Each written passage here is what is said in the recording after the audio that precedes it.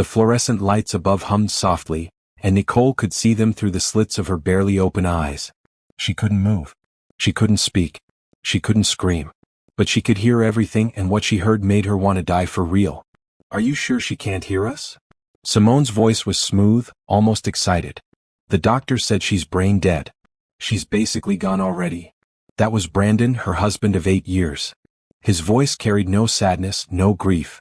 Just relief. Nicole screamed inside her mind.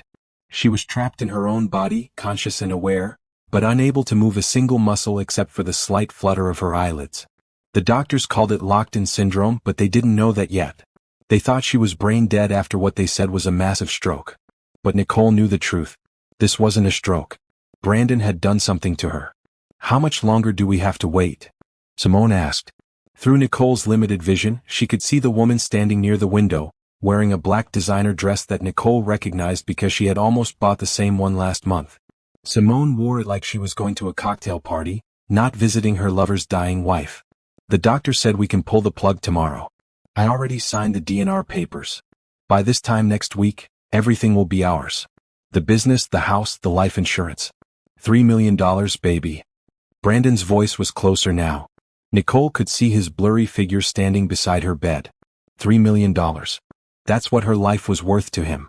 "I can't believe we actually pulled it off," Simone whispered. "When you first told me about the plan, I thought you were crazy. The poison worked perfectly. It mimics a stroke. Untraceable. By the time they cremate her body, any evidence will be gone." Brandon was talking about her murder like he was discussing a business deal. Nicole tried to move her fingers, her toes, anything. Nothing responded. She was a prisoner in her own flesh. "What about her business partner? Jerome?" Simone asked. "He'll be easy to push out once I have full control." Nicole was the one who knew all the clients. "Without her, he's nothing.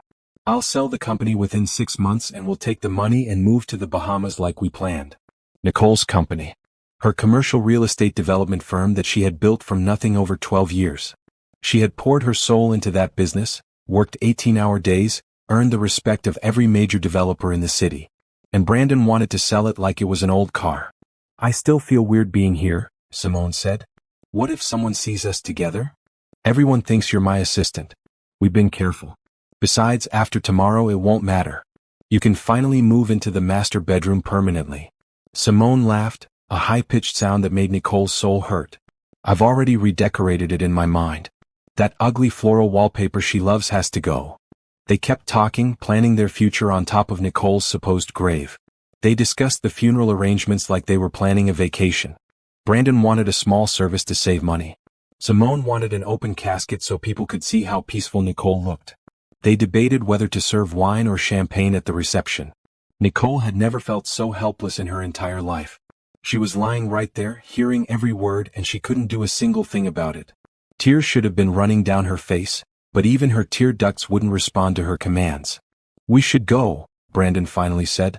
"The nurses are starting to give me weird looks when we stay too long. We don't want anyone getting suspicious." "You're right. Besides, I have that meeting with the interior designer tomorrow for the house." "Our house," Brandon corrected. "Our house," Simone repeated, her voice full of satisfaction. Nicole heard footsteps moving toward the door. Then Brandon's voice again, closer to her bed. "Goodbye, Nicole. Thanks for everything. You really were a great cash cow." The door clicked shut, and Nicole was alone with the beeping machines and the knowledge that her husband had tried to kill her. The worst part was not knowing if she would ever escape this prison of her own body, or if she would die here, silent and helpless, while Brandon and Simone lived her life. But deep in her mind, in the part of her that was still fully Nicole, still fully aware and fighting, a spark of something burned. It wasn't hope exactly. It was something darker and more powerful. It was rage. Pure, focused, burning rage. If she survived this, if there was any way out of this nightmare, Brandon and Simone would pay for what they had done. Not with forgiveness. Not with understanding. But with the complete and total destruction of everything they had planned. The machines beeped steadily around her. Outside her window, the sun was setting. Nicole couldn't move to see it, but she could see the orange light fading on the white hospital wall. Another day was ending. Another day trapped in her own body. But Nicole wasn't dead. Not yet. And as long as she was breathing, there was a chance. A chance to survive. A chance to expose them. A chance to make them regret they ever thought they could kill her and steal her life. The night shift nurse came in to check her vitals. Nicole tried desperately to move her eyes, to blink in some kind of pattern to show she was conscious. But her body remained still and unresponsive. Poor thing, the nurse murmured, adjusting Nicole's so young. Such a tragedy. Not a tragedy, Nicole wanted to scream. Murder. This is murder. But the words stayed locked inside her head, just like the rest of her. The nurse left, and Nicole was alone again with her thoughts, her rage, and her silent, desperate prayers that anyone, would realize she was still in here, still fighting, still alive. 3 weeks earlier, Nicole had woken up feeling on top of the world. The sun streamed through the curtains of her bedroom in the beautiful Victorian house she and Brandon had bought 5 years ago. She stretched and smiled, thinking about the big presentation she had that afternoon. Her company was about to close a deal on a $20 million commercial development project downtown. Morning beautiful, Brandon had said, bringing her coffee in bed. He did that sometimes, especially when he wanted something. Big day today? The biggest? If this deal goes through, we're set for the next 5 years. Nicole took the coffee gratefully. It tasted slightly bitter, but she added more cream and drank it anyway. Are you coming to the presentation? Wouldn't miss it. I know how hard you've worked on this. Brandon kissed her forehead and headed to the shower. Nicole didn't notice the way he watched her drink the coffee. She didn't see the small smile on his face as he closed the bathroom door. Later that morning, while getting dressed, Nicole had felt the first wave of dizziness. She blamed it on not eating breakfast and pushed through. But as the day went on, the symptoms got worse. Her hands started trembling. She felt nauseous. Her vision blurred slightly. You okay? Jerome, her business partner, asked as they prepared for the presentation. You look pale. Just nervous, Nicole lied. But she wasn't nervous. She had given hundreds of presentations. This felt different. This felt wrong. The presentation went well despite her symptoms. The clients loved their proposal. Nicole shook hands and smiled through the fog in her head. When she got home that evening, Brandon was waiting with dinner already prepared. Celebration dinner, he announced. I heard the presentation was a hit. How did you know? I just texted you an hour ago. Jerome called me. He's excited about the commission. Brandon poured her a glass of wine. You deserve this. Nicole drank the wine even though something in her gut told her not to. That night she felt worse. She went to bed early, her head pounding, her stomach churning. Over the next 2 weeks, the symptoms came and went. Some days she felt fine. Other days she could barely get out of bed. She went to the doctor twice, but they couldn't find anything wrong. They said it was probably stress and anxiety about the big project. Then Nicole noticed something strange. Her joint bank account with Brandon had several large withdrawals she didn't recognize. $20,000 here, $15,000 there. All marked as cash withdrawals. Brandon, did you take money out of our account? She asked one evening while he was watching television. His face tightened for just a second before he smiled. Yeah, I needed cash for some investments. I thought I mentioned it. Investments? What kind of investments? Just some opportunities that came up. Nothing for you to worry about. He turned back to the TV, clearly done with the conversation. But Nicole worried. She started going through their financial records more carefully. That's when she discovered more missing money. Almost $75,000 had been withdrawn over the past 6 months. There were also several new credit cards in Brandon's name that she didn't know about, all maxed out. The night of the big confrontation, Nicole had printed out all the bank statements and credit card bills. She waited until Brandon got home from what he said was a business dinner. We need to talk, she said, spreading the papers across the kitchen table. Brandon's face went hard. What's this? You tell me. Where did all this money go?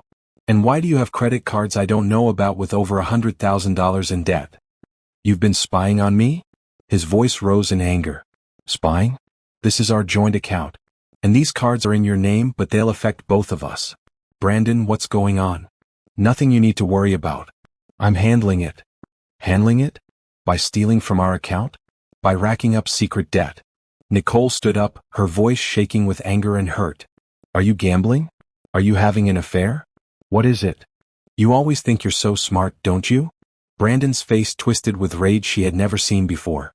Miss Successful Businesswoman. Miss Big Shot Developer. You think you're better than me? What? Brandon, that's not. You make all the money. You get all the credit. Everyone knows Nicole built the company. Poor Brandon just stays home and spends her money. That's what they all think, isn't it? Nobody thinks that. Brandon, where is this coming from? I'm sick of living in your shadow. I'm sick of being Mr. Nicole Thompson. He threw one of the papers across the room. Nicole felt the dizziness again, stronger this time. The room tilted. Brandon, something's wrong. I don't feel. Of course you don't feel good. You work too hard. You stress too much. You're going to burn yourself out. His voice had changed, become almost soothing. No, this is different. I've been feeling sick for weeks. Ever since, Nicole grabbed the counter as her legs weakened. Ever since you started making me coffee in the morning. The look on Brandon's face told her everything. Just for a second, panic flashed in his eyes before he covered it with concern. Nicole, you're not making sense. Let me help you sit down. Stay away from me.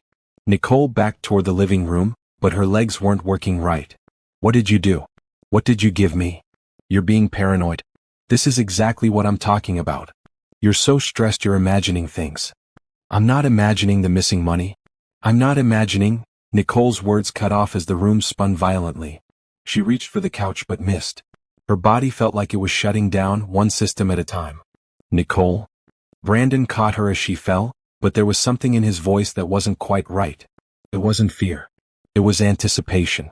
Help me, Nicole whispered, her lips barely moving. Call? Ambulance. Of course. Just stay calm. Everything's going to be okay. Brandon laid her on the floor and pulled out his phone, but before he dialed, Nicole heard him whisper to someone else, someone she couldn't see. It's happening faster than we thought. Who was he talking to? Nicole tried to ask, but her mouth wouldn't form words anymore. Her vision was fading to black at the edges.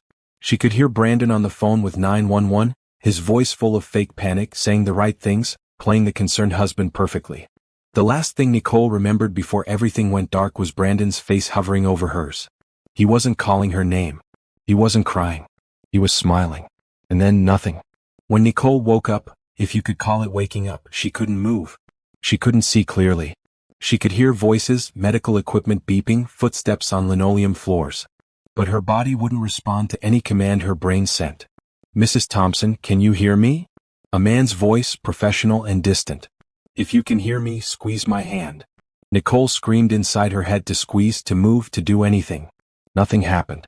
No response, the voice said. Pupils are fixed and dilated. No reaction to painful stimuli. I'm afraid the damage is extensive. What are you saying, doctor? That was Brandon, and he sounded devastated. Nicole would have believed it if she didn't know better. Your wife suffered a catastrophic stroke. The bleeding in her brain was severe. I'm sorry, Mr. Thompson, but all our tests indicate that she's brain dead. There's no brain activity. She's only breathing because of the ventilator. Brain dead. The words echoed in Nicole's consciousness. She wasn't brain dead. She was right here, listening to them declare her dead while she was still alive. The horror of it crashed over her like a wave. Are you sure? Brandon asked. Isn't there any chance? I've seen this before. The damage is irreversible. Her body may continue to function with life support, but the person you knew is gone. I know this is difficult to hear. So what happens now? Brandon's voice was steady, too steady for someone who just lost his wife. That's up to you. As her husband and next of kin, you'll need to decide whether to continue life support or, if you want to consider organ donation and letting her go peacefully. How long do I have to decide? There's no rush. Take the time you need to process this. But I should tell you, in cases like this, keeping someone on life support indefinitely, it can be very difficult for families. And expensive. Expensive. Nicole wanted to laugh and cry at the same time. Of course Brandon was thinking about money. He had probably already calculated how much the life insurance would be minus hospital bills. Can I have a moment alone with her? Brandon asked. Of course. Take all the time you need. The doctor's footsteps faded away. Nicole strained to move anything, to give any sign she was conscious, but her body remained a prison. She felt Brandon's hand take hers, warm and familiar, a touch that used to comfort her. I know you can't hear me, Brandon said softly, but I want you to know I never meant for it to end this way. You were supposed to just get sick, sell the business because you couldn't work anymore, and then, well, things would have been easier. He was confessing. Actually confessing to her still living body because he thought she couldn't hear him. But you were always so stubborn. Even when you were sick, you kept pushing through. I had to increase the dosage and I guess I went too far. Simone warned me, but I thought I knew better. He sighed like he was disappointed in himself for a minor mistake. At least this way it's faster. We don't have to wait months for you to die slowly. Nicole's mind reeled. Simone. The name meant nothing to her. Who was Simone? How long had this been planned? The insurance money will be nice. And once the business is sold, we'll have more than enough to disappear and start over somewhere new. Maybe Greece. Simone always wanted to live in Greece. Brandon squeezed her hand. Thank you for being such a good investment, Nicole. You really built something valuable. Too bad you won't be around to see what we do with it. He let go of her hand and walked away. Nicole heard the door open and close. She was alone again, trapped with the knowledge that her husband had systematically poisoned her and was now waiting for her to die so he could take everything. The next few hours blurred together. Nurses came and went. The doctor returned to run more tests. Nicole tried everything she could think of to show she was conscious. She tried to move her eyes, her fingers, anything. Sometimes she thought she felt a tiny flutter of movement, but no one noticed. Then Brandon came back and he brought someone with him. This is my assistant, Simone, Brandon said to someone, probably a nurse. She's been helping me with everything. I'm so sorry for your loss, the nurse said. Thank you, Simone replied, her voice younger than Nicole expected. Nicole was such an amazing woman. Brandon has told me so much about her. Once they were alone in the room, the act dropped immediately. Are you sure she's really gone? Simone asked. The doctor said brain dead. She's a vegetable. We just have to wait a day or two to make it look good, then we pull the plug. I can't believe it worked. I was so scared something would go wrong. The poison was perfect. Causes symptoms that look exactly like a stroke. By the time they run a tox screen, if they even do, she'll be cremated and any traces will be gone. Nicole listened in horror as they discussed the details. Simone had helped. This woman she had never met, who Brandon introduced as his assistant, had helped him poison her. What about the business? Simone asked. Jerome's been calling non-stop, but I'm avoiding him for now. Once Nicole's dead, I'll tell him I'm too grief-stricken to think about work. Then I'll sell my share. Well, Nicole's share technically, to one of the big firms downtown. They've been trying to buy out her company for years. How much do you think you'll get? Conservative estimate? $4 million for her share of the business. $3 million from life insurance. The house is worth about $800,000. After debts, we're looking at close to $7 million. Simone laughed quietly. $7 million. We're going to be rich. We already are, baby. We just have to wait a little longer. They stayed for another hour, discussing their future plans like they were planning a dream vacation, not a murder. Nicole listened to every word, memorizing everything because when she survived this, she would make sure they paid for every single thing they were saying. Finally, they left.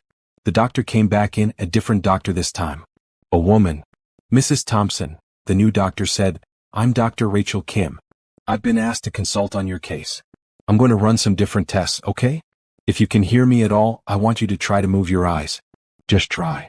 Nicole focused every ounce of energy she had on moving her eyes. Move, move, move.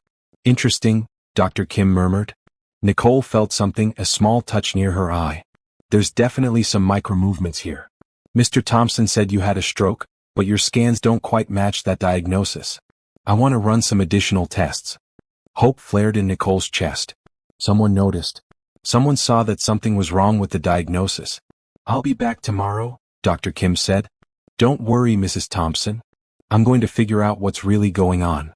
For the first time since she collapsed, Nicole felt something other than rage and despair. She felt hope. Tiny and fragile, but there. She wasn't brain dead. And if Dr. Kim figured that out, if she discovered the truth before Brandon pulled the plug, maybe Nicole had a chance after all. Dr. Kim didn't come back the next day. Or the day after that. Instead, Brandon came with papers in his hand and determination on his face. I've decided to sign the DNR, he told the original doctor, Dr. Patterson. I don't want her to suffer anymore. We'll take her off life support tomorrow. Are you certain, Mr. Thompson? Sometimes families need more time too. I'm certain. Nicole wouldn't have wanted to live like this. She was always so independent, so full of life. This isn't living. Nicole screamed silently. She tried to move, tried to do anything to show she was still here. Her eye twitched slightly. Did anyone see it? Please, someone see it. I understand, Dr. Patterson said gently. I'll prepare the paperwork. You'll need to sign the order and we'll proceed tomorrow afternoon. That will give you time to say goodbye, contact family members if you'd like them present. No family, Brandon said quickly. Nicole's parents are dead, and she was an only child. It'll just be me. Liar.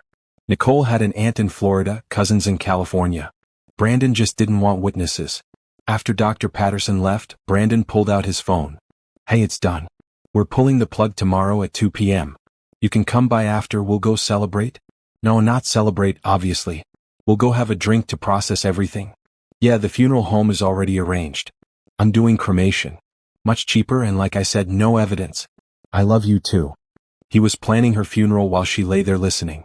The rage Nicole felt was like nothing she had ever experienced. It burned hotter than any emotion she had known.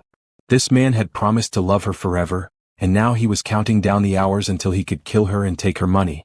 That evening, Simone came to the hospital. She wore black again, a tight dress that showed off her figure. She looked young, maybe late 20s. Nicole couldn't see her clearly, but she could hear the click of expensive heels on the floor. Is this really her? Simone asked, looking at Nicole like she was already a corpse. That's her. Hard to believe this is the great Nicole Thompson, the brilliant businesswoman everyone talks about. Brandon's voice was mocking. She looks so ordinary. I thought she'd be prettier. She used to be. Success looks good on people. Makes them glow or whatever. Brandon moved closer to Nicole's bed. Tomorrow she'll be gone and everything she built will be ours. Simone walked around the bed, examining Nicole like she was furniture. So this is the woman who had everything I wanted. Your attention, a successful business, a beautiful house, money. And she didn't even appreciate it. She took it all for granted, Brandon agreed. She was so focused on work she never even noticed I was unhappy. She never asked what I wanted. What did you want? Simone asked. Freedom. Money without having to work for it. A woman who actually paid attention to me instead of her business deals. Brandon took Simone's hand. I wanted you. They kissed right there beside Nicole's bed. She would have thrown up if her body would respond. Instead, she had to lie there while her husband kissed his mistress over her supposedly dying body. When did you know you wanted to kill her? Simone asked when they pulled apart. About a year ago. I was at one of her company events, watching everyone praise her, and I realized I hated her. I hated how successful she was. I hated that everyone saw me as just her husband. I started researching ways to remove her from the equation. And you found me. I found you at that conference in Miami. You were working as a pharmaceutical rep. You knew all about medications, poisons, what could kill someone without being detected. It was like fate. Simone laughed. I prefer to think of it as good planning. The poison I got you was perfect. Symptoms that mimic a stroke perfectly. No doctor would ever suspect poisoning. Except maybe that Dr. Kim woman. She was asking weird questions yesterday about running more tests. Where is she today? Simone asked, her voice sharp. I don't know. Dr. Patterson said she was called away to consult on another case. She won't be back until next week. By then, Nicole will be ashes. They spent the next hour going through Nicole's belongings that Brandon had brought from the house. Her jewelry, her watch, her grandmother's ring. Simone tried on each piece, modeling them in the reflection of the hospital window. This ring is gorgeous. Is it worth much? Simone held up Nicole's diamond engagement ring, the one Brandon had proposed with 8 years ago. About $15,000. But you can't wear it yet. We need to wait a few months before you start showing up with her jewelry. I know. I'm just excited. Simone took off the ring and put it back in the bag. What about her clothes? She had such a nice wardrobe. We'll donate most of it. Can't have you wearing her clothes either. People would notice. When can I officially move in? Simone asked. Give it a month after the funeral. We need to make everything look proper. I'll tell people I need help organizing her things and you're helping me through the grief. Then slowly you'll be around more and more. In 6 months we can say we fell in love while I was mourning. People eat that up. They had every detail planned. The timeline, the story, the cover-up. Nicole listened and memorized everything. Every date, every lie, every part of their scheme. I already picked out her casket, Brandon continued. Well, not really a casket since we're cremating her. More like a rental casket for the viewing. There's going to be a viewing? A small one. Just a few hours. We need to make it look good. Her business partner Jerome is insisting on saying goodbye. Some of her clients want to pay respects. But it'll be quick, closed casket, then straight to cremation. And the funeral? Saturday. Small service, only about 30 people invited. Mostly her work colleagues and a few neighbors. Then a reception at that Italian place she loved. Ironic, right? She always wanted to have a party there. Simone laughed. This is really happening. We're really going to pull this off. We already have. The hard part is over. Now we just wait for the money to clear. A nurse came in to check Nicole's vitals, and Brandon and Simone immediately switched back to their act. Brandon became the grieving husband, holding Nicole's hand and looking devastated. Simone became the supportive friend, rubbing his shoulder and offering comfort. "Can I get you anything, Mr. Thompson?" the nurse asked kindly. "No, thank you. I just want to be with my wife for her last night." Last night. The words echoed in Nicole's mind. Tomorrow they would remove her breathing tube. Tomorrow they would let her die, thinking she was already gone. But she wasn't gone. She was right here, conscious and aware, trapped in her own body and unable to do anything to save herself. After the nurse left, Brandon and Simone dropped the act again. "I should go," Simone said. "Don't want to be here tomorrow when it happens. Too morbid. I'll call you after. We'll go somewhere nice for dinner."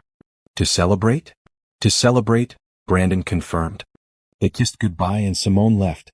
Brandon stayed for a few more minutes, scrolling through his phone, probably looking at vacation destinations or expensive cars he would buy with Nicole's money.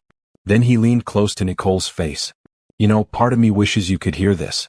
I wish you could know what's coming. I wish you could know that I won. That I beat you. You were always so smart, so successful, so perfect. But in the end, I outsmarted you. I poisoned you for weeks and you never even suspected. You blamed it on stress. You went to doctors and they couldn't find anything. You were so clueless." If Nicole could have cried, tears would have been streaming down her face. Not from sadness but from pure rage. The man she had loved, the man she had shared her life with, was gloating over her poisoning. "Sweet dreams, Nicole. Tomorrow you'll be free. And so will I." Brandon kissed her forehead, a gesture that would have been tender if it wasn't so twisted. Then he walked out, turning off the light as he left. Nicole was alone in the dark with the beeping machines and the knowledge that she had one night left to live. One night to somehow figure out how to show someone, anyone, that she was still alive. At 6 a.m., when the morning shift started, Nicole heard a familiar voice. "I'm Dr. Kim. I need to see patient Nicole Thompson immediately." "Dr. Kim," Mr. Thompson signed a DNR. "We're removing life support this afternoon." "That's exactly why I need to see her now. I reviewed her case files last night, and something isn't adding up. Her brain scans don't support a stroke diagnosis. I think she might be in locked-in syndrome, not brain death." Nicole's consciousness sparked with desperate hope. Someone knew. Someone understood. "That's a very serious accusation," another voice said, probably Dr. Patterson. "It's not an accusation, it's a medical hypothesis that needs to be tested before you remove life support. If I'm right, you'll be killing a fully conscious patient." The door burst open and lights flicked on. Nicole heard rapid footsteps approaching her bed. "Mrs. Thompson, if you can hear me, I need you to listen carefully. I'm going to ask you to move your eyes. Just your eyes. If you can hear me and understand me, try to look up. Just try." Nicole focused every particle of her being on moving her eyes up. She felt something, a tiny shift in her vision. "Did you see that?" Dr. Kim's voice was excited. Her eyes moved. "She's in there." "It could be a reflex," Dr. Patterson said. "Then let's test it." Mrs. Thompson looked down. Down. Nicole commanded her eyes to look down. Another small movement. Now left. Left. Now right. Right. She's responding to commands. This is not brain death. This is locked-in syndrome. She's completely conscious. Dr. Kim's voice was firm and urgent. "Cancel the DNR immediately. This patient is awake and aware." "We need to confirm this with more extensive tests," Dr. Patterson said, but he sounded uncertain now. "Then run the test. But you are not removing life support from this patient until we're absolutely certain of her condition. Do you understand? Because if you do, it's not ending a life, it's murder." Nicole felt a wave of relief so powerful it was almost physical. Someone knew. Someone was fighting for her. Over the next hour, Dr. Kim ran a series of tests. She used different light patterns, asked Nicole to move her eyes in specific sequences, tested her pupil responses. Each test confirmed what Dr. Kim suspected. "She has locked-in syndrome," Dr. Kim explained to Dr. Patterson. "The poison, yes, I said poison, we'll get to that, damaged specific parts of her brainstem that control voluntary muscle movement, but left her cerebral cortex intact. She can hear us, understand us, feel everything. She just can't move or speak." "Poison? Dr. Kim, that's..." "Look at her symptoms before the collapse. Tremors, nausea, blurred vision, progressive weakness. Those aren't stroke symptoms. That's chronic poisoning. And look at the timeline. Symptoms started about 6 weeks ago and got progressively worse. Classic poisoning presentation. You're saying someone deliberately poisoned Mrs. Thompson? I'm saying we need to run a comprehensive toxicology screen immediately. And we need to contact the police. We can't just accuse. I'm not accusing anyone yet. But this patient needs protection and we need answers. Dr. Kim turned to Nicole. Mrs. Thompson, I know you can hear me. Blink once for yes, twice for no. Do you understand? One blink. Good. Did someone poison you? One blink. Was it your husband? One blink. Then another, emphatic. Oh my God, Dr. Patterson breathed. Dr. Kim pulled out her phone. I'm calling the police right now. And nobody tells Mr. Thompson what we've discovered. Not yet. As Dr. Kim made the call, Nicole felt emotion overwhelming her. Relief, gratitude, hope. This woman had saved her life. This doctor she had never met before had looked deeper when everyone else was ready to let her die. 2 police detectives arrived within an hour. Dr. Kim explained the situation, showed them her test results, and demonstrated how Nicole could communicate with eye blinks. Mrs. Thompson, the older detective said, I'm Detective Harris. I need to ask you some questions. Just blink once for yes, twice for no. Can you do that? One blink. Did your husband Brandon Thompson poison you? One blink. Did he act alone? 2 blinks. Someone helped him? One blink. Do you know who? One blink. We're going to show you some letters. When we get to the right letter, blink once, okay? Then we'll spell out the name. It took almost 20 minutes, but Nicole spelled out Simone. Simone, Detective Harris repeated. Do you know her last name? 2 blinks. Is she a friend? 2 blinks. Family? 2 blinks. Someone your husband knows? 1 blink. His co-worker? 2 blinks. Nicole tried to spell out more. Mistress. His mistress, the younger detective said. Jesus. This is an attempted murder case, Detective Harris said. We need to secure the scene, get a warrant for the house, and bring Mr. Thompson in for questioning. Not yet, Dr. Kim interrupted. If you arrest him now, we might not find all the evidence. The poison, the planning, communications between him and this Simone woman. We need more than just her testimony given through eye blinks. No offense, Mrs. Thompson, but defense lawyers would tear that apart. What are you suggesting? Detective Harris asked. Let him think she's dead. I'll fake her death certificate. We move her to a secure facility where she can get treatment. Meanwhile, you gather evidence. Search his house, his computer, his phone records. Find this Simone woman. Build a case. Once you have enough evidence, then you arrest them both. That's highly irregular, Dr. Patterson said. So is attempted murder by poisoning, Dr. Kim shot back. Mrs. Thompson, are you willing to let us fake your death to catch your husband? 1 blink. Absolutely yes. She's in, Dr. Kim said. Now let's plan this carefully. Brandon Thompson is supposed to be here at 2 p.m. to remove life support. We need everything in place by then. The next few hours were a blur of activity. Detectives got warrants. Dr. Kim coordinated with hospital administration. A private facility was arranged for Nicole's transfer. Everything had to look legitimate to outside observers while being completely staged. At 1:45 p.m., Brandon arrived. Nicole could hear his footsteps in the hallway, that familiar walk that used to make her smile. Now it made her want to scream. Mr. Thompson, Dr. Patterson greeted him. Thank you for coming. Before we proceed, I need to inform you that Dr. Kim requested some additional tests this morning. What kind of tests? Brandon's voice was sharp with suspicion. Standard procedure for cases like this. She wanted to be thorough. And what did she find? I'm afraid the results confirmed our initial diagnosis. Your wife is brain dead. There's no hope of recovery. I'm very sorry. Nicole listened to the lie and felt grateful for it. Dr. Patterson was protecting her. So we can proceed? Brandon asked. Yes. I'll give you a few minutes alone with her, then we'll begin the process. Brandon entered the room alone. Nicole kept her eyes perfectly still, not responding to anything. She had to look completely gone. Well, Nicole, this is it. The end of the road for you. The beginning of a new life for me. Brandon's voice was casual, almost cheerful. I wish I could say I feel bad about this, but honestly, I feel free. Free from your shadow, free from your success, free from always being Nicole Thompson's husband. Now I'll be Brandon Thompson, the grieving widower who built an empire from what his brilliant wife left behind. He paused, and Nicole heard him take something from his pocket. Paper crackling. I brought you something. Your life insurance policy. $3 million payable on death. I've already talked to the insurance company. They said funds should be available within 2 weeks. Isn't that great? 2 weeks and I'm a millionaire. Nicole wanted to tell him that he'd never see a penny of that money, that he'd spend the rest of his life in prison. But she stayed perfectly still. Goodbye, Nicole. Thanks for everything. Especially thanks for being dumb enough to never suspect what I was doing. You were always so trusting. So naive. It made this so much easier. He left without looking back. Dr. Patterson returned with nurses, and they began the staged process of removing life support. Nicole felt the breathing tube being removed, but she had already been weaned off it slowly over the past few hours. She could breathe on her own now, though shallowly.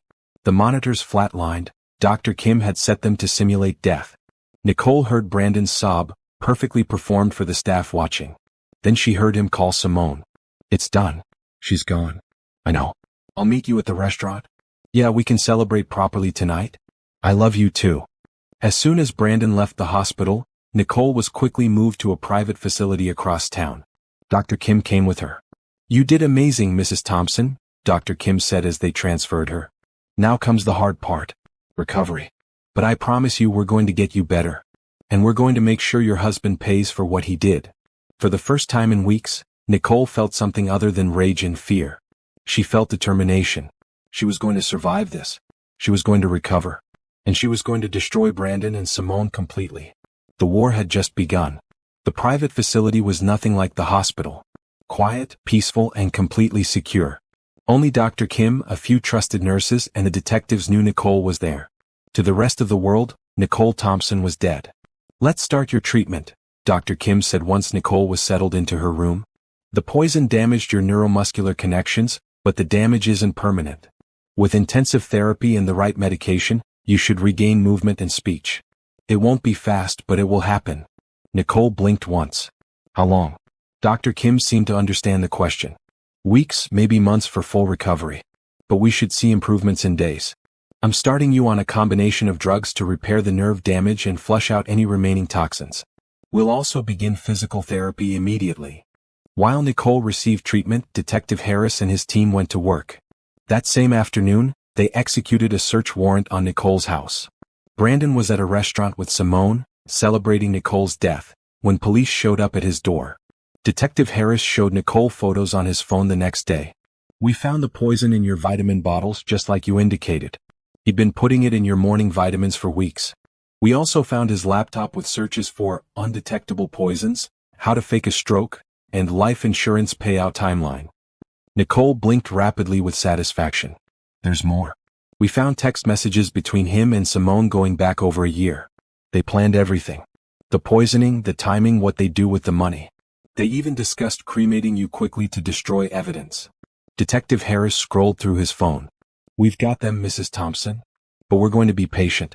Let them celebrate. Let them think they won. Meanwhile, we build the strongest case possible. Over the next week, Nicole's body slowly began to wake up. First, her fingers. Just tiny twitches at first, but Dr. Kim celebrated each one like a victory. You're doing great, Dr. Kim encouraged. Keep fighting.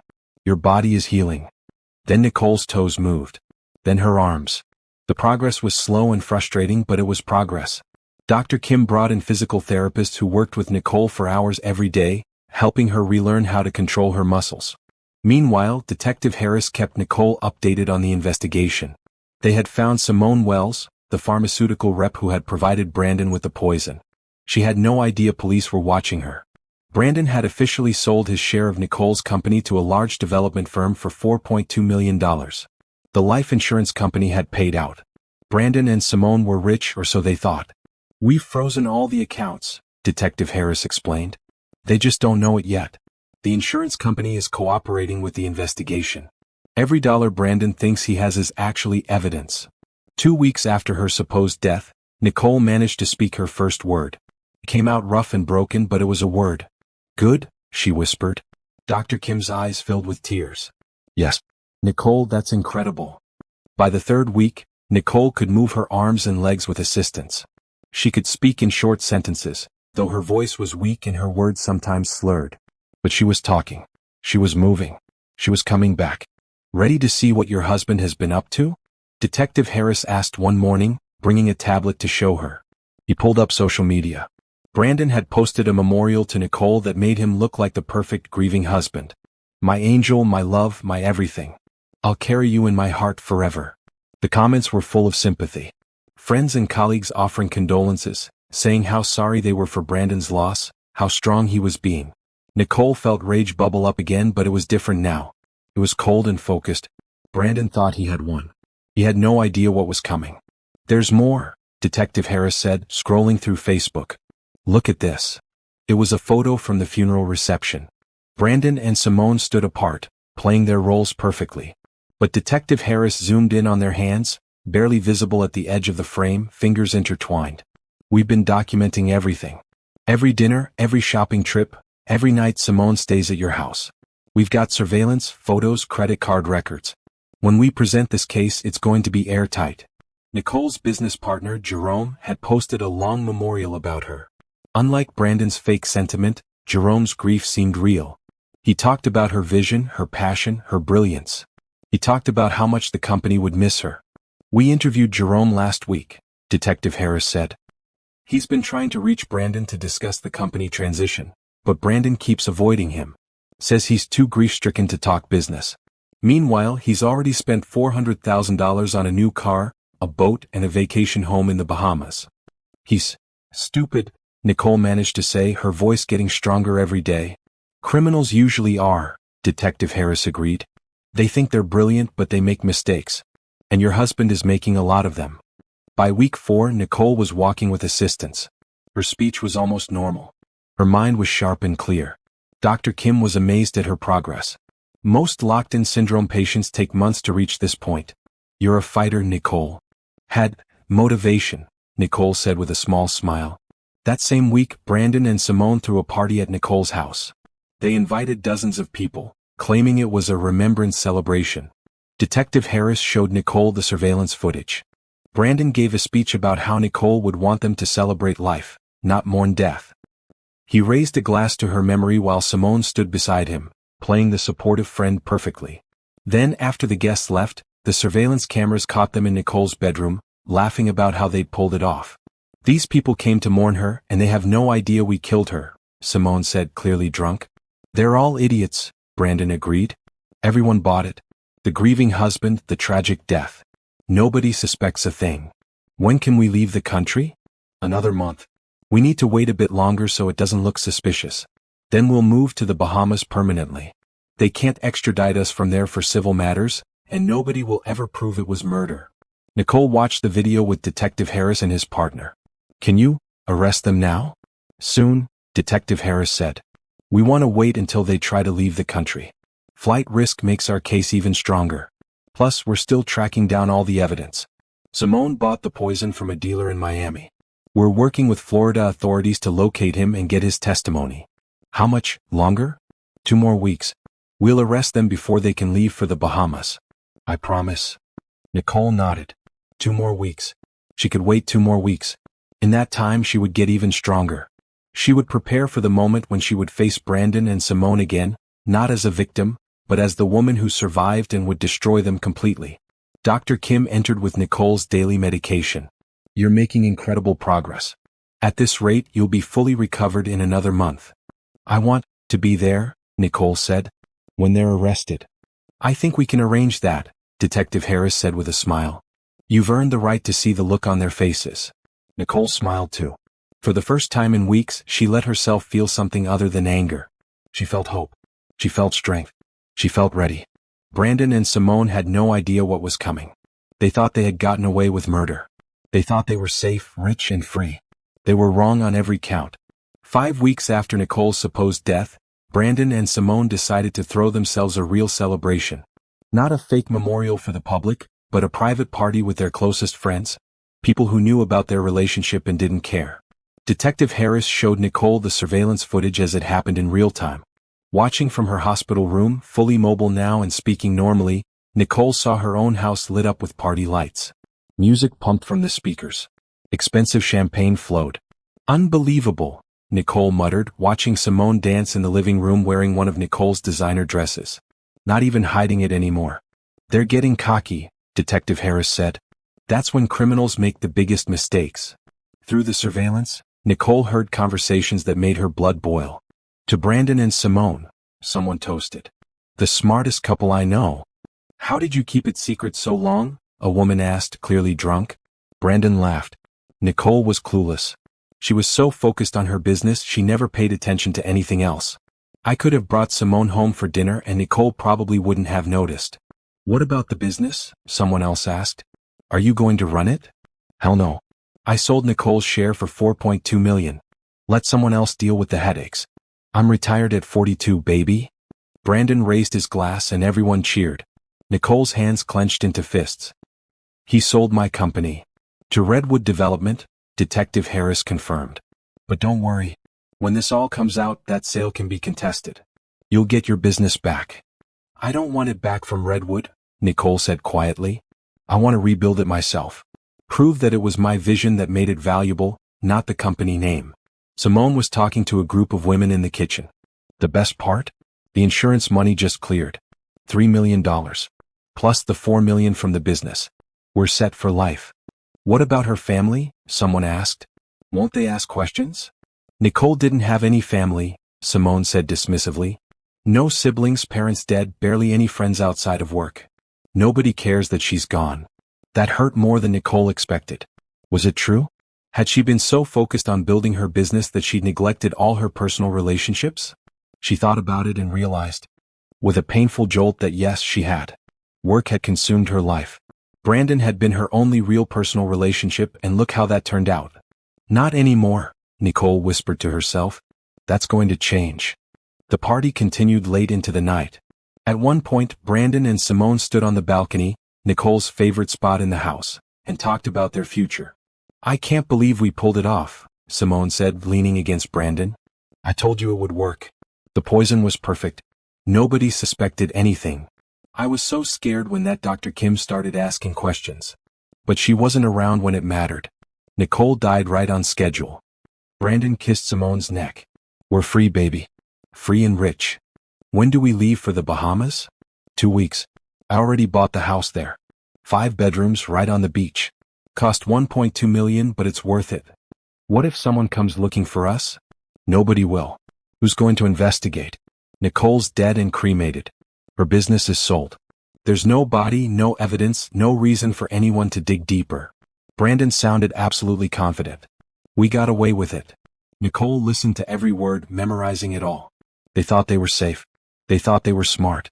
They had no idea that every word they were saying was being recorded, that every dollar they spent was being tracked, that their entire world was about to come crashing down. The next morning, Detective Harris showed Nicole even more evidence his team had gathered. We found the dealer in Miami who sold Simone the poison. He's agreed to testify in exchange for a reduced sentence on other charges. He identified Simone from a photo lineup and has records of the sale. What kind of poison was it? Nicole asked. A rare neurotoxin that mimics stroke symptoms. It's not commercially available, only made by certain underground chemists. The dealer said Simone knew exactly what she was asking for. She described the effects she wanted, the timeline, everything. This wasn't accidental. This was premeditated murder. Nicole nodded slowly. How long until you arrest them? We're coordinating with the FBI since they're planning to flee the country. We'll arrest them next Tuesday, one day before their flight to the Bahamas. We want them packed and ready to go so we can prove flight risk. I want to be there, Nicole said firmly. Are you sure? It might be traumatic too. I'm sure. I want to see their faces when they realize I'm alive. I've earned that. Detective Harris studied her for a moment, then nodded. Okay. But we'll need to keep you hidden until the right moment. We want them arrested and read their rights before they see you. For everyone's safety. Over the next few days, Nicole prepared. She worked with Dr. Kim to make sure she was strong enough. She met with her lawyer, who had been brought into the investigation to help protect Nicole's assets and prepare for the legal battles ahead. Your business sale can be reversed, the lawyer explained. Brandon didn't have the legal right to sell without your consent, obviously, since you're not actually dead. The death certificate was falsified as part of the investigation. Redwood Development will have to return the company. No, Nicole said. Let them keep it. I'll start something new. I don't want anything that Brandon touched. That's your choice, but you should know that you could fight for it. I'm going to fight for a lot of things, Nicole said. But not that. That company was built by someone who was blind and naive. I'm not that person anymore. The lawyer looked at her with respect. Fair enough. What about the house? Sell it? I never want to see that place again. And the life insurance money? Frozen as evidence, right? Yes. Both the life insurance payout and the business sale proceeds are frozen. Once Brandon and Simone are convicted, you'll get access to recover your losses. Nicole shook her head. I don't want their money. Donate the insurance money to locked-in syndrome research and victim support organizations. Use the business sale money to pay back any debts or obligations. Whatever's left, donate to women's shelters. Nicole, that's over $7 million. I don't care. I don't want anything that came from their plan to kill me. I'll rebuild my life on my own terms with my own work. Nicole's voice was steady and sure. They took a lot from me, but they're not going to define my future. I am. The lawyer smiled. You're a remarkable woman, Nicole Thompson. I'm a survivor, Nicole corrected. And I'm about to become something more. On Monday night, the night before the arrest, Nicole couldn't sleep. She lay in her hospital room, now fully recovered, thinking about everything that had happened. 2 months ago, she was a successful businesswoman who thought she had it all. Now she was starting over from scratch, but somehow she felt more free than she had in years. Tomorrow Brandon would be arrested. Tomorrow Simone would be arrested. Tomorrow the whole world would know what they had done and that Nicole Thompson was alive. But tonight, Nicole made herself a promise. She promised herself that she would never again let work consume her whole life. She would build something new, something better, but she would also build real relationships. She would make friends. She would live fully, not just successfully. Tomorrow was the end of one chapter. But it was also the beginning of something new. Something that belonged entirely to her. Tuesday morning came with bright sunshine, the kind of morning that felt like a new beginning. Nicole stood in her hospital room, dressed in a sharp navy blue suit that Dr. Kim had brought for her. She looked at herself in the mirror and barely recognized the woman staring back. She looked different, stronger. The softness that had been in her face before was gone, replaced by harder edges and a determination that showed in her eyes. She had lost weight during the ordeal, but the physical therapy had built muscle. She looked like someone who had been through hell and come out the other side forged in fire. You ready? Detective Harris asked from the doorway. I've been ready for weeks, Nicole said, turning away from the mirror. They drove to Nicole's company headquarters in an unmarked police car. Brandon had called a meeting there with potential investors, planning to pretend he was taking over Nicole's business interests before he left the country. He had no idea it was a setup. Nicole waited in a conference room down the hall with Detective Harris and his team. Through the security cameras, she could see Brandon in the main conference room, wearing one of his expensive suits, smiling and shaking hands with 3 men and 1 woman who he thought were investors but were actually FBI agents. Simone was there too, dressed in designer clothes that Nicole's insurance money had bought. She sat beside Brandon, playing the role of his business consultant. The arrogance on both their faces made Nicole's stomach turn. He's explaining how he's restructuring the company after his wife's tragic death, Detective Harris said, listening to the audio feed. He's telling them it's an opportunity to get in on the ground floor of something big. Nicole watched Brandon gesture enthusiastically, watched him lie with such confidence. He had always been good at lying. She just hadn't known it until now. Is Jerome here? Nicole asked. He's in his office. We briefed him this morning. He's standing by. Detective Harris checked his watch. 5 more minutes. We want Brandon to commit to more lies on record first. Through the audio, Nicole heard Brandon say, My wife built something incredible, but she was too cautious. Too risk-averse. With her gone, we can really expand, really take chances. The potential for growth is unlimited. He's describing your conservative business strategy like it was a weakness, Detective Harris observed. It wasn't conservative, Nicole said. It was smart. That's why the company succeeded. Brandon doesn't know the first thing about running a business. He's going to promise these investors returns he could never deliver. Good thing they're actually FBI agents, Detective Harris said with a slight smile. Finally, it was time. Detective Harris spoke into his radio. Everyone in position? Good. Let's do this. 6 FBI agents moved down the hallway. Nicole stayed back with Detective Harris, waiting. Her heart pounded so hard she thought everyone could hear it. The conference room door opened, Nicole watched on the monitor as the FBI agents entered, their badges clearly visible. Brandon Thompson? The lead agent said. FBI. You're under arrest for attempted murder, fraud, and conspiracy. Brandon's face went white. What? There must be some mistake. Simone Wells? You're also under arrest for attempted murder, fraud, and conspiracy. Simone screamed. We didn't do anything. We don't know what you're talking about. You have the right to remain silent, the agent continued, handcuffing Brandon. Anything you say can and will be used against you in a court of law. This is insane. Brandon shouted. You can't arrest me. On what grounds? The attempted murder of your wife, Nicole Thompson. My wife is dead. She died 5 weeks ago. Did she?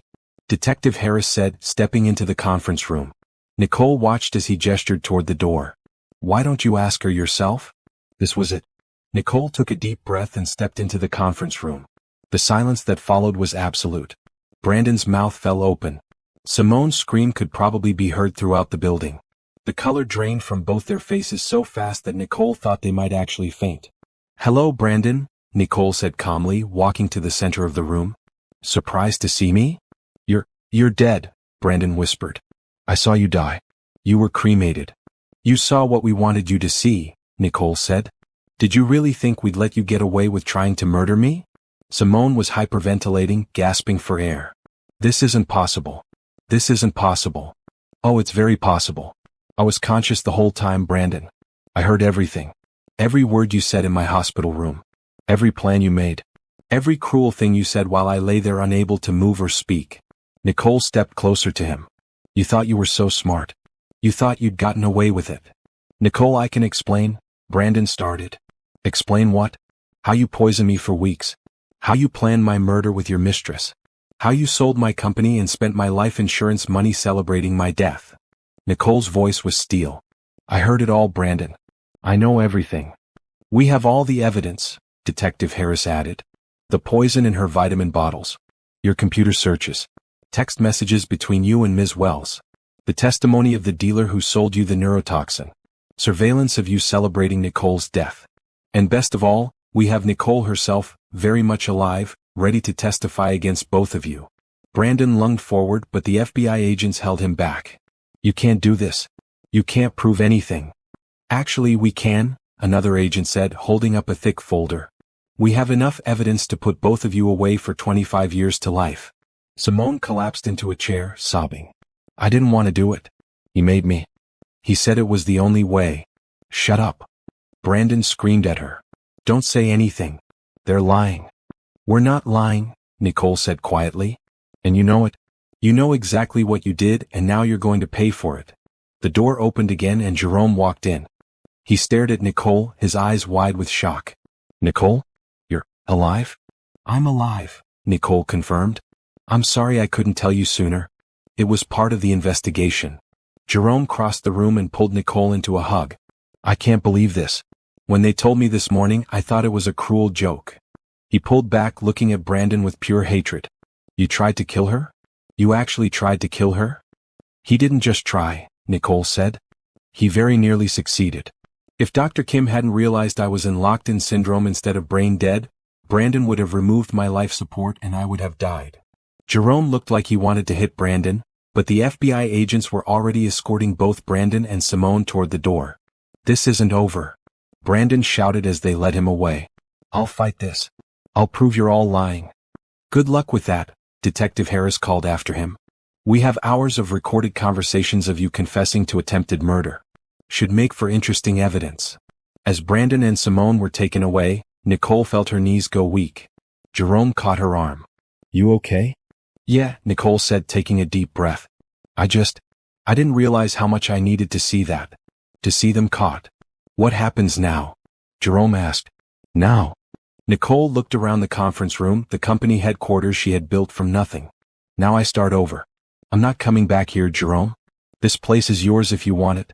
Brandon sold my share and I'm not fighting to get it back. What? Nicole, this is your company. It was my company. Now it's just a reminder of everything I got wrong. I'm going to build something new. Something better. Without Brandon, without the memories, without any of it. Jerome studied her face. You're serious. Completely serious. I'm starting fresh. And this time I'm going to do it right. Not just the business part but the life part too. The balance I never had before. What about the trial? I'll testify. I'll make sure they both go to prison. But then I'm done with this chapter of my life. I'm moving forward. Detective Harris approached. Nicole, we need you to come to the station to give a full statement.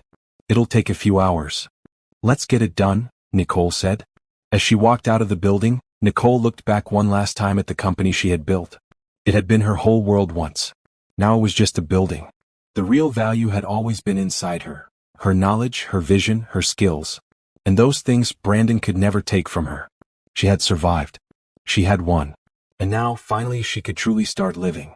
The trial took place 6 months later. By then, Nicole had already started rebuilding her life, but she paused everything to make sure Brandon and Simone faced justice. The courtroom was packed. News of the case had spread. Successful businesswoman nearly murdered by husband and mistress, survives locked-in syndrome, returns from the dead, to testify against them. It was the kind of story that captured public attention. Nicole sat in the witness stand, composed and calm. She had prepared for this moment for months. She had practiced her testimony, worked with the prosecutors, and steeled herself to face Brandon and Simone again. Miss Thompson, the prosecutor began, can you tell us what happened on the night of September 15th? Nicole took a breath and began. She told the jury everything. About discovering the missing money. About confronting Brandon. About collapsing and realizing she had been poisoned. She described in careful detail what it was like to be trapped in her own body, conscious but unable to move or speak. I could hear everything, Nicole said, her voice steady despite the memories. I heard my husband and his mistress planning my funeral. I heard them discuss how they would spend my life insurance money. I heard them celebrate my death while I lay there, still alive, unable to do anything to stop them. Several jurors looked horrified. One woman was crying. The prosecutor showed the jury evidence. The poison found in Nicole's vitamins. Brandon's computer searches. Text messages between Brandon and Simone that spelled out their entire plan. Surveillance footage of them celebrating after Nicole's supposed death. When the defense attorney cross-examined Nicole, he tried to suggest she had misunderstood what she heard. Miss Thompson, you were in a state of extreme medical distress. Isn't it possible you misinterpreted conversations? That your memory of events is confused? No, Nicole said firmly. I heard them clearly. I was fully conscious. I understood every word. And I have perfect recall of what they said because I spent 5 weeks with nothing to do except remember. But you can't prove they intended to kill you. Maybe the poisoning was accidental. My husband told me while I was lying in what he thought was a coma, that he had poisoned me deliberately. He said the poison was untraceable. He explained how he had planned it with Simone. He confessed to attempted murder while standing beside my bed because he thought I couldn't hear him. Nicole looked directly at the jury. That wasn't an accident. That was cold, calculated, intentional murder. The only reason I'm alive is because he failed. The defense attorney had no response to that. Brandon's testimony didn't help his case. He claimed Nicole was lying, that she had faked her own death to frame him, that the whole thing was an elaborate scheme to get sympathy and attention. The prosecutor tore his story apart. Mr. Thompson, if your wife faked her death, how do you explain the poison found in her system? The neurotoxin that matches what Ms. Wells purchased from a dealer in Miami? I don't know. Maybe Nicole poisoned herself to frame me. She poisoned herself nearly to death, risked permanent paralysis, spent 5 weeks in locked-in syndrome, all to frame you? She's crazy. She'd do anything. Or maybe you poisoned her to steal her money and her business just like the evidence shows. Just like your own text messages prove. Just like you confessed on surveillance video while celebrating her death. Brandon had no answer for that either. Simone tried a different strategy. She broke down crying on the stand, claiming Brandon had manipulated her, that she was a victim too. He told me Nicole was a terrible person, Simone sobbed. He said she was abusive. He said the only way to be free was if she was gone. I didn't want to help, but I loved him. I thought I was helping someone escape abuse. The prosecutor showed the jury text messages where Simone talked about spending Nicole's money, living in Nicole's house, wearing Nicole's jewelry. Do these sound like the messages of someone forced into a crime against her will? Or do they sound like someone who was eager to profit from murder? When all the evidence was presented, when all the testimony was heard, the jury deliberated for less than 4 hours. On the count of attempted murder in the first degree, how do you find the defendant Brandon Thompson? Guilty. On the count of conspiracy to commit murder, how do you find the defendant Simone Wells? Guilty. Nicole sat in the courtroom and felt a wave of relief so powerful it almost knocked her over. Jerome, sitting beside her, squeezed her hand. It's over, he whispered. It's finally over. The judge sentenced them both to 25 years in prison without the possibility of parole. Brandon showed no emotion as he was led away in handcuffs. Simone sobbed and screamed that it wasn't fair. Nicole watched them go and felt nothing but emptiness where her anger used to be. How do you feel? A reporter asked as Nicole left the courthouse. Relieved, Nicole said honestly. Justice was served. Now I can move forward with my life. What are your plans? I'm starting a new company, Thompson Development Group. We're focusing on affordable housing and community revitalization projects. I'm also launching a foundation to support survivors of domestic violence and attempted murder. And I'm writing a book about my experience to help others who might be in similar situations. What about dating? Are you ready to trust someone again? Nicole smiled slightly. I'm taking it slow. But yes, I'm learning to trust again. The right person is worth the risk. That evening, Nicole had dinner with Jerome at a quiet restaurant. They had been spending more time together since the trial preparation began, and Nicole had been surprised to discover feelings developing. Real feelings based on mutual respect and genuine friendship. Thank you for being there through all of this, Nicole said over wine. I don't know what I would have done without you. You would have been fine. You're the strongest person I know, Jerome said. But I'm glad I could help. I need to tell you something, Nicole said. I have feelings for you. I don't know if it's too soon or if it's just because you've been so supportive, but I wanted to be honest. Jerome smiled. I've had feelings for you for a long time, Nicole. Since before Brandon. But you were married and I respected that. Now that you're free, I'd like to see where this goes. If you're ready. I am, Nicole said. But slowly. I need time to heal. To learn who I am outside of work and outside of that nightmare with Brandon. Slowly is perfect, Jerome agreed. We've got all the time in the world. They talked late into the night about dreams and plans in the future. For the first time in months, Nicole felt genuinely happy. Not just relieved or satisfied that justice was served, but actually happy. Brandon had tried to take everything from her. Her life, her business, her money, her dignity. But he had failed. She was still here, stronger than before, ready to build something new.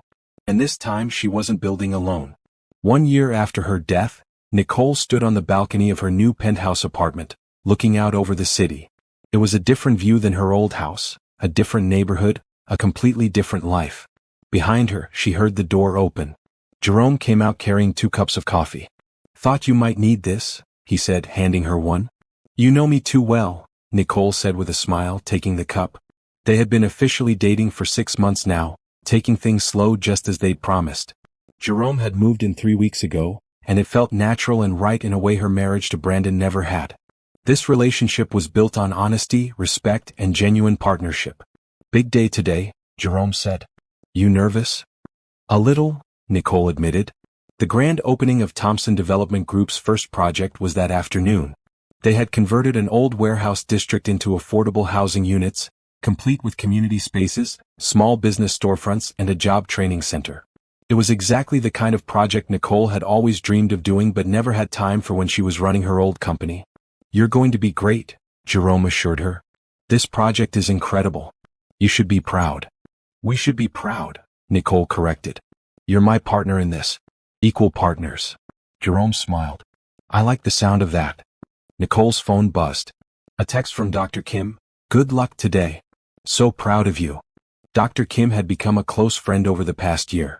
The woman who saved Nicole's life had stayed in her life, providing not just medical support but genuine friendship. She was coming to the opening ceremony that afternoon. Another text came through, this one from Detective Harris. Saw the news about your project. Looks amazing. You're an inspiration. Nicole smiled. She had built a real support network now. Friends, colleagues, people who cared about her as a person, not just as a business success. It was something she should have done years ago. Ready to go? Jerome asked. We should head to the site. They drove to the warehouse district together. As they pulled up, Nicole saw the crowd already gathering. Local residents, business owners, city council members, reporters. Her heart swelled with pride.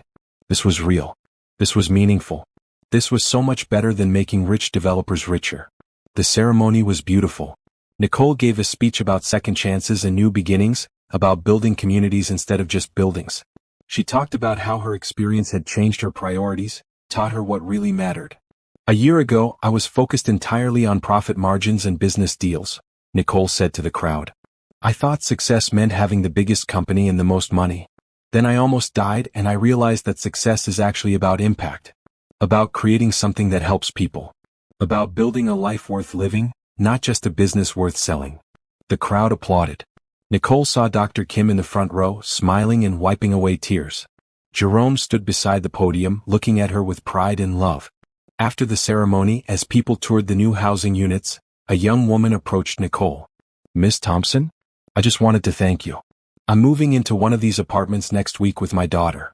After leaving my abusive ex-husband, I didn't think I'd ever be able to afford a safe place to live. This program you created, it saved us. Nicole felt her eyes fill with tears. Thank you for telling me that. That's exactly why we built this. Your story inspired me, the woman continued. When I read about what you survived, what you built after, it made me believe I could rebuild too. That I could be more than what happened to me. Nicole hugged her. You absolutely can. And you will. I believe in you.